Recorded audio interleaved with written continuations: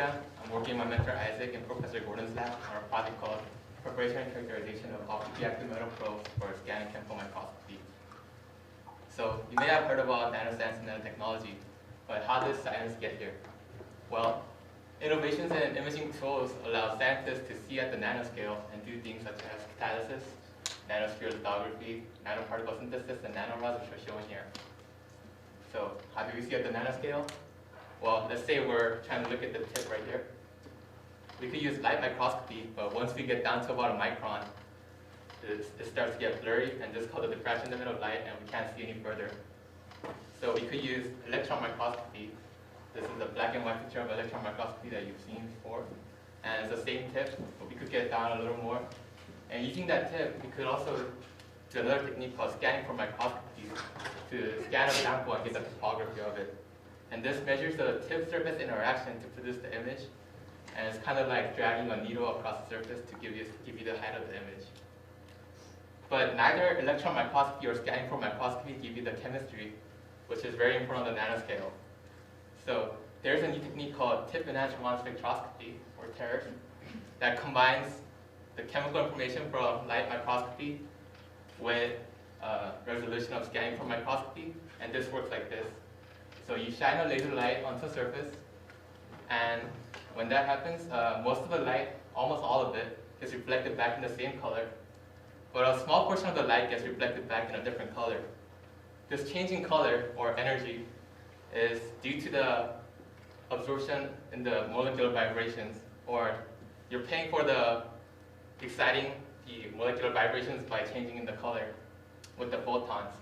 But this effect is still on the macro scale, and you can't see small details on the surface like this. So what we do is we bring a metal tip down to the surface, and that metal tip has electrons in it, and when the photons in the laser hits the metal tip, it is coupled to the metal tip and produces an enhanced field at the apex. And this enhanced field enhances the Raman scattering, which I said before is the change in color. And that allows us to produce the chemical image at the nanoscale. So critical to this technique is the tip that we're using.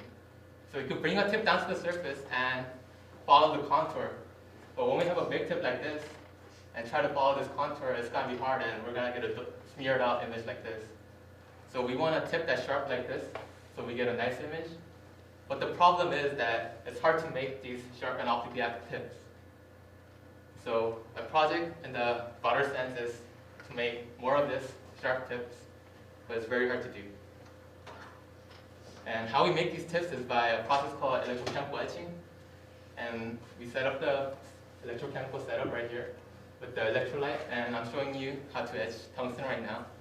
Electrolyte being the potassium hydroxide, and the wire being the tungsten wire.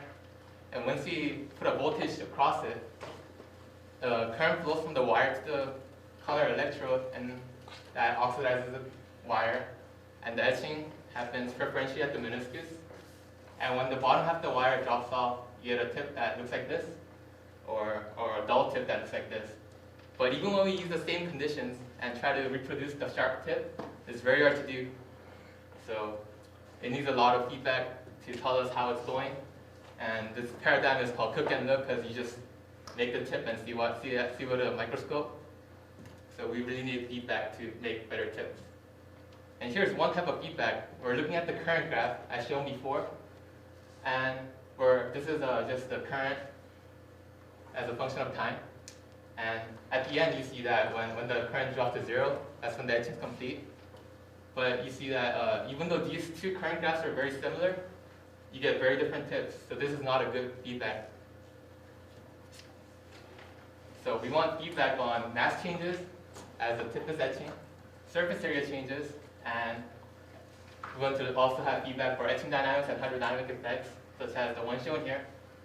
We have the vortex going on, bump flow, bubbles, electrolyte ions attacking the wire, and wire ions dissolving out. And we want to see all this.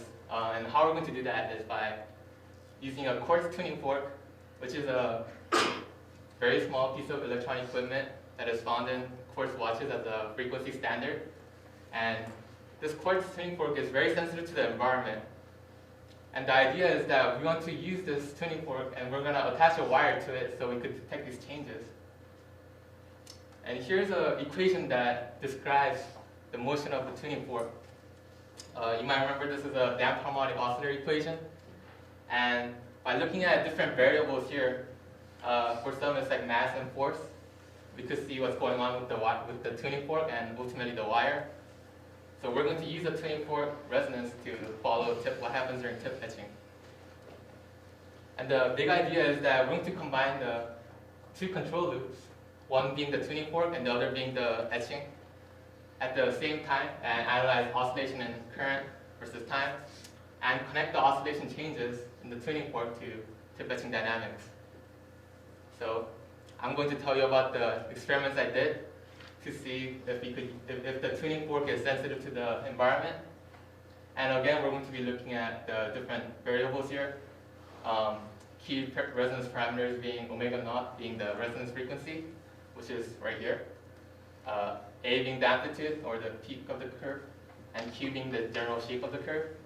And as you see here, it's very different in air, water, and oil. And first, I'm going to tell you about the frequency. So if you imagine a musical tuning fork, and you strike it and it makes a sound, and as it's making the sound, you dip it into water, it's going to produce a different sound. This is just the same effect. As you increase the immersion from 0 being no immersion to increasing immersion with x-axis, the resonant frequency drops. And it's linear for both water and oil, with oil being a higher drop because oil has a higher viscosity than water. And this relationship is shown here. As immersion increases, the effective mass increases due to the increased area and immersion interacting with the fluid, and the frequency goes down. And this agrees well with our theory. So the second thing we looked at is amplitude.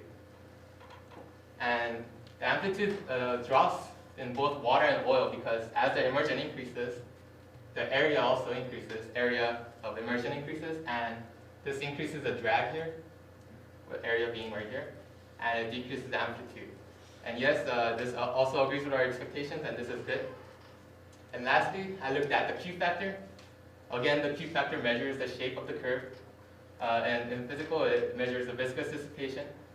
And you see that the shape of the curve is very different for water and oil.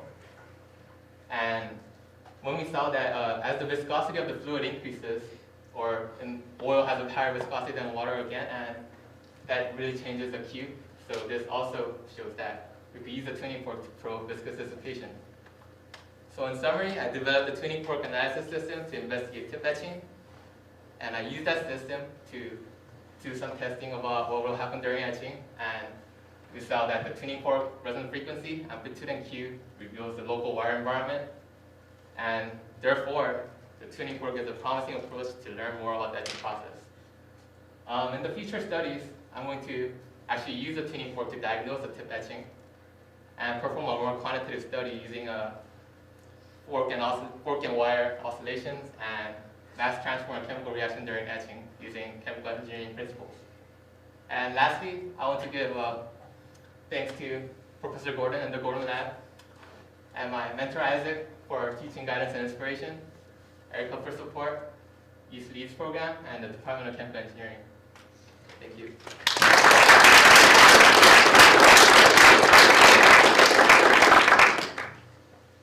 Questions for Jae? So Jae, so it sounds like you've got some promising results. How far off do you think you are from actually being able to use the tuning fork to guide your etching of each tip? Well, at the moment, I'm currently rebuilding the thing to be more stable to outside oscillations and noise. And once I do that, it'll be almost immediate that I'll be working with the etching and using the tuning fork as a diagnostic tool. So it's not very far away. Yes? So can you go back to the slide where you had the size of your tip kind of is going to dictate the resolution of your surface?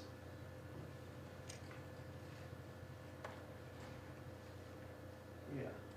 So what would be, what is the resolution that you guys are seeking to get? How far off are we from that resolution currently? Well, if you have a sharp tip every time, then it's not too easy to get a good resolution. But but it's not that easy to get those sharp tips. And with the sharp tip, you could get resolution down to like nanometer scales. And so is it a twofold problem that we want A, sharp tips to get nanometer scale, but B, the reproducibility is difficult? Yes. Well, it's really one thing because you really want the sharp tips, but it's hard to make it. Yes. So once you, go ahead first. So once you have the tuning fork working, what are some things you can change in the acid bath to make a good tip? Well, in the literature, most people are studying the different electrolyte conditions and the voltage, just the setup part. So what kind of setup that we're going to use is already optimized for that. And the tuning fork is really going to tell us like how's the tip going to look after we etch. Okay. Yes. So I saw that you're going through with different frequencies and testing the tuning fork. Do you know what kind of effect would have you change the frequencies from maybe thousands of hertz, maybe tens of hertz, or maybe up to maybe megahertz? If it makes a difference. So the tuning fork oscillates at a very specific frequency, depending on the environment it's in. And that frequency, as you see in the resonance curve, let's go back here. This resonance curve, so it only vibrates with a high amplitude at that specific frequency. So even if you excite it at a different frequency, say here, it's not going to be very useful because the resonance frequency is right here.